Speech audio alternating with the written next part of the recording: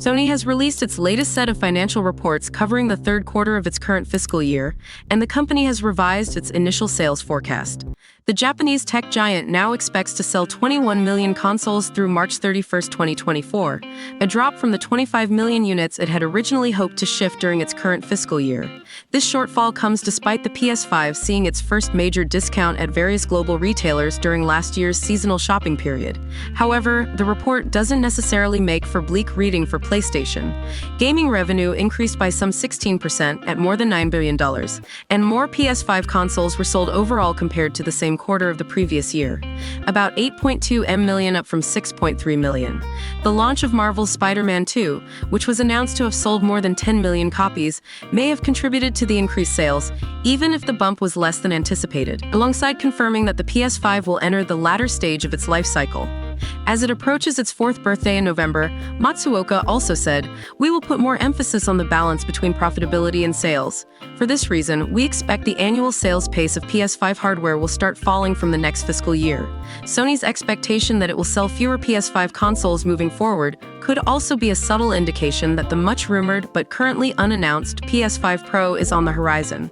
After all, a refreshed version of the PS5 console would certainly impact sales of the current model. There's a huge amount of speculation about Pro right now, with multiple credible sources suggesting it's in the works. The most widely circulated rumor is that the PS5 Pro will launch in 2024, but tipsters have also claimed to have leaked its specs and a potentially game-changing new feature. Even with so much smoke, Sony has remained tight-lipped and did not comment on the Pro model during this latest set of reports. A lot has been said and written about a Pro version of Sony's current-gen console. Last year, alleged specs supposedly leaked, including GPU, CPU, and memory specs. In a new video from known YouTuber Moore's Law is Dead, some of these specs have been corroborated. Although the rumored clock speeds of the CPU cannot be confirmed, also, the YouTuber mentions that Sony is currently planning to use 16 gigabytes of GDDR6 memory over a 256-bit bus. Additionally, he mentions that the GPU will offer 60 compute units. On the bright side, more and more rumors are coming out about the price, and you'll be happy to hear about this one. It could be as low as $500 for a model without a disk drive. We might see a Zen 3 in the PS5 Pro, and it's likely to maintain compatibility with the PS5. Here's why. Zen 3 and Zen 2 architectures are closely related, which ensures compatibility without issues. This is similar to the PS4 and PS4 Pro, which utilize Jaguar cores from the Bulldozer era and still manage to run most current-gen games. Moreover, GDDR6 at 20 gigabits per second has become significantly more affordable, potentially dropping below $30 for a 16 gigabytes package in bulk purchases. For energy efficiency, they might opt for a Rembrandt Zen 3.5 architecture. This approach would avoid the pitfalls Nintendo faced with the Switch's upgrade path. If the rumors about the PlayStation 5 Pro's specs are accurate, it looks like Sony might stick with the Zen 2 architecture. This decision seems to be based on a few critical reasons. The main one is ensuring backward compatibility with PlayStation 5 games. For a next-gen console like the PlayStation 6, Sony might go all out with a newer CPU architecture, maybe something like Zen 6. But for a mid-generation update like the PS5 Pro, Zen 2 is the practical choice. First off, using Zen 2 again makes it easier to keep games from the current PS5 compatible. Switching to a newer CPU architecture would mean a lot of extra work to ensure all those games still run smoothly. And for a console update, that effort might not be worth it.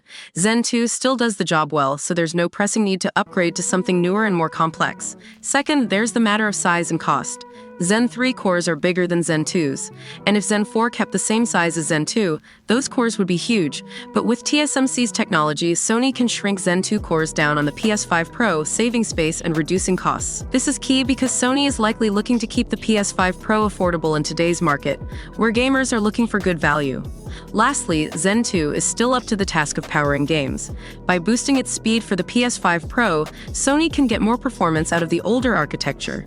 This means the console can still handle modern games well without needing the latest and greatest CPU. It's all about getting the best balance of performance, compatibility, and cost. And sticking with Zen 2 for the PS5 Pro seems to tick all those boxes. Basically, I can pretty much guarantee you that with the Pro, we're going to have 4K 60 FPS with ray tracing enabled. That's the goal.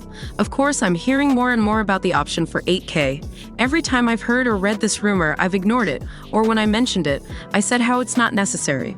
I still think it's not necessary. But basically what they plan is something like 8K upscaled from maybe 1440p resolution, implementing AMD FSR type of technology.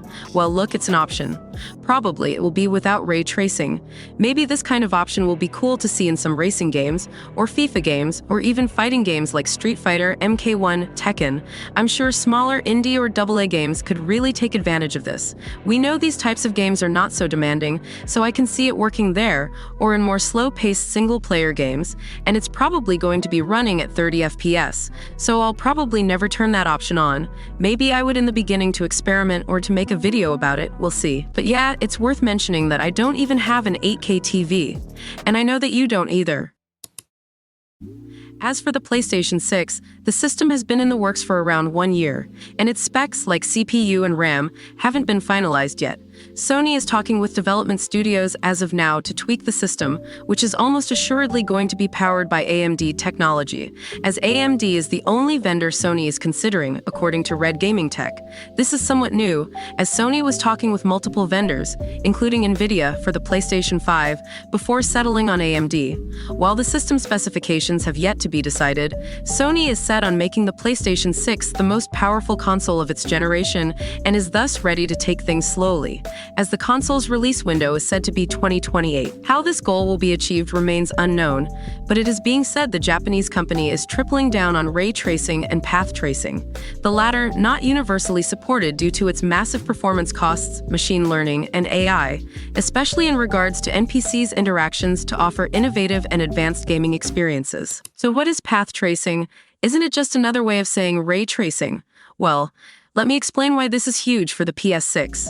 It's often considered a more comprehensive version of ray tracing because it simulates not just the paths of light rays entering the eye or camera, but also the complex interactions those light rays have with surfaces and other light rays in the scene. This includes reflections, refractions, and shadows, as well as more subtle effects like color bleeding and indirect lighting. To achieve a high level of realism, path tracing relies on simulating thousands or even millions of these light paths. The more paths simulated, the more accurate the lighting in the scene. However, this also means that path tracing can be very computationally intensive. The algorithm iterates over many possible light paths and averages the results to smooth out noise and converge on a realistic image. One of the main differences between path tracing and traditional ray tracing is this emphasis on simulating indirect lighting and the randomness involved in sampling light paths. While ray tracing can create very realistic images by simulating direct light and simple reflections or refractions, path tracing takes this a step further by accurately simulating the diffuse interplay of light throughout a scene. The result is often more photorealistic, especially in scenes where indirect lighting plays a significant role, but at the cost of increased computational demands. In practical terms, path tracing is often used in fields that require high-quality visualizations, such as architectural visualization, VFX in movies, and increasingly in video games, where real-time path tracing is becoming more feasible with advancements in hardware and optimization techniques. Great story. Bullshit. But great. You should seriously consider becoming a screenwriter.